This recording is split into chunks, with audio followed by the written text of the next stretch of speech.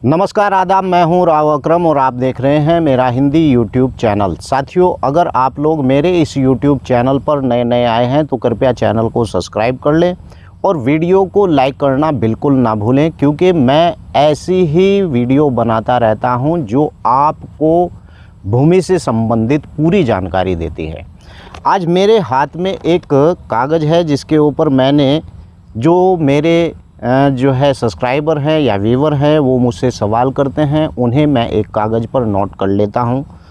और इसके अंदर कुछ सवाल हैं जिनका मैं आपको जवाब देने की कोशिश करूंगा। सबसे पहला सवाल मैं आपको पढ़कर सुनाऊंगा, फिर उसके बारे में जानकारी दूंगा। लेकिन ये वीडियो आज मैं जिस पर्पज़ से बना रहा हूँ, लिमिटेशन एक्ट 1963 सेक्शन 64 के बारे में विस्तार से जानकारी दूंगा और जो छोटे से सवाल हैं उनकी भी साथ साथ जो आपने मेरी वीडियो के नीचे कर रखे हैं, जिन्हें मैंने इस पेपर के ऊपर लिख रखा है, उनकी भी जानकारी साथ साथ देता चलूँगा। तो चलिए वीडियो को विस्तार से शुरू करते हैं, ज़्यादा बकवास ना करते हुए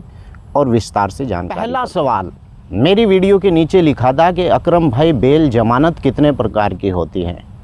और कौन सी इसकी धाराएँ होती हैं और ज़मानत कितने प्रकार की होती हैं। मैं आपको बता दूं कि ज़मानत 2 प्रकार की होती हैं, यानी अग्रिम ज़मानत और धारा 438 के अंदर ये प्रावधान है जो अग्रिम ज़मानत के प्रावधान से यानी सम्मिलित है। दूसरा होता है रेगुलर ज़मानत, धारा 439 के अंदर इसका प्रावधान है। इसके ऊपर मैं एक सेपरेट वीडियो बना दूंगा और उसके अंदर आपको विस्तार से बता दूंगा कि इस ज़मानत के अंदर अग्रिम ज़मानत को कैसे लिया जाता है। रेगुलर ज़मानत के लिए धारा 439 के प्रावधान के अंदर आप किस प्रकार से ज़मानत ले सकते हैं। दूसरा सवाल है कि दान पत्र यानी कि गिफ्ट डीड कैसे की जाती है और गिफ्ट डीड करने के बाद क्या वो भूमि वापस हो जाती है। तो मैं आपको बताता चलूँ कि अगर आप भी अपने भतीजे या किसी के नाम पर किसी प्रकार की गिफ्ट डीड करना चाहते हैं, दान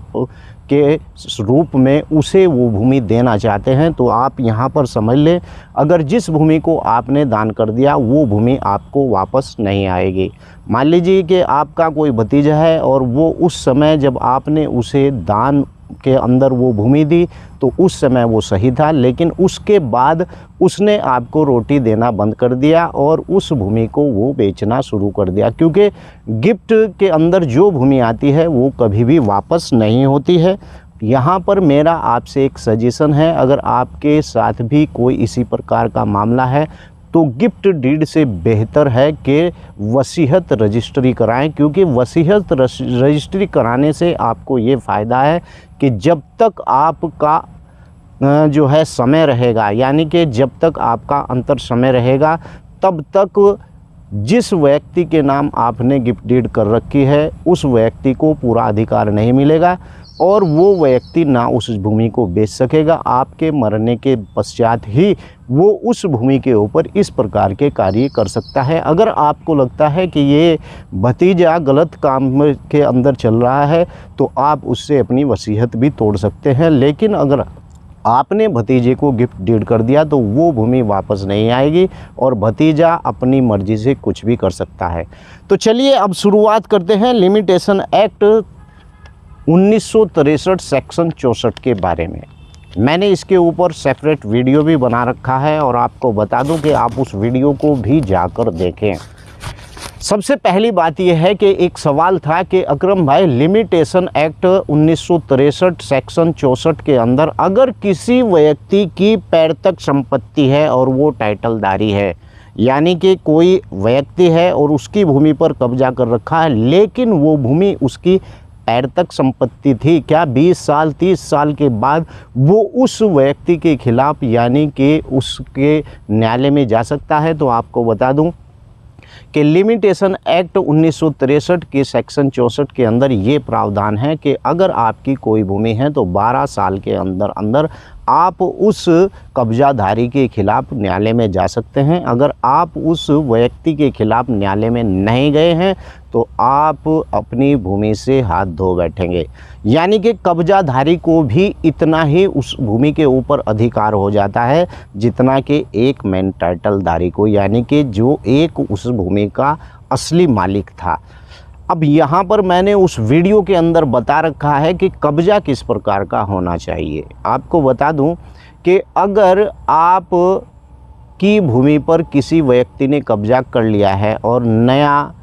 जो है इसके अंदर प्रावधान भी हुआ है कि अगर किसी व्यक्ति ने आपकी भूमि पर कब्जा कर लिया है तो आप अपनी यानी कि ताकत से उस व्यक्ति को बाहर भी कर सकते हैं। न्यायालय में जाने की बजाय आपके पास अगर इतनी ताकत है तो उस व्यक्ति को उखाड़कर बाहर भी कर सकते हैं।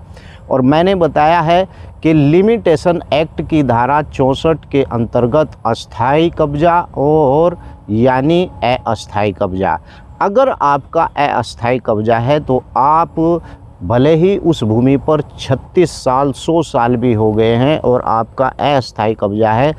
तो मेन टाइटलधारी जो व्यक्ति उस भूमि का मालिक है वो कभी भी आपको उस भूमि से बाहर का रास्ता दिखा देगा। अगर आपका उस भूमि के ऊपर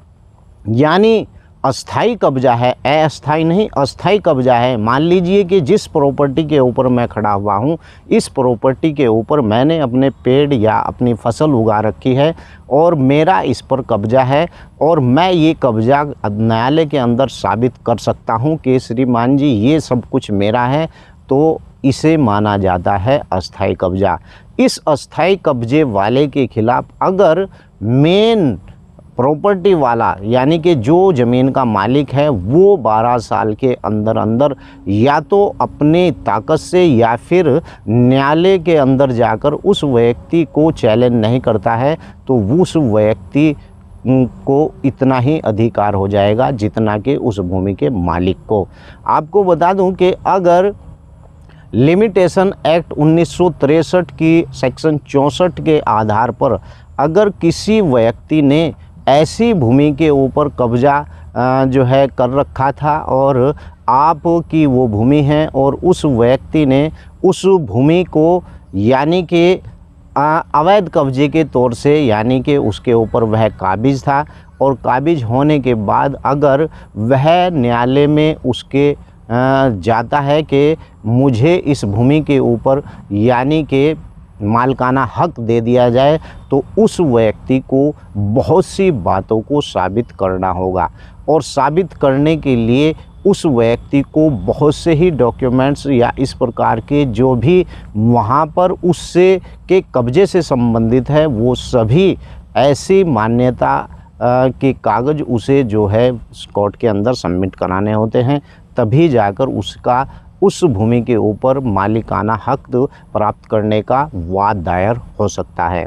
तो आज की इस वीडियो में मैंने आपको लिमिटेशन एक्ट 1963 की सेक्शन 64 के बारे में विस्तार से जानकारी दी है, लेकिन इससे पहले भी मैंने इसके ऊपर एक वीडियो बना रखी है। अगर आप उसे देख लेंगे तो आज की वीडियो के बारे में बहुत कुछ आपकी समझ में आ जाएगा, क्योंकि उस वीडियो देखने के बाद जो आज मैंने सवालों के जवाब दिए हैं बिल्कुल आपके भी जहन में वही सवाल आएंगे जिन्हें मैंने इस वीडियो के अंदर क्लियर कर दिया है। तो आशा करता हूं कि आपको ये वीडियो अच्छी लगी होगी। अगर आपको अच्छी लगी है तो आप इस वीडियो को लाइक करें और चैनल को सब्सक्राइब करें। जय हिंद, जय भारत, खुदा हाफिज।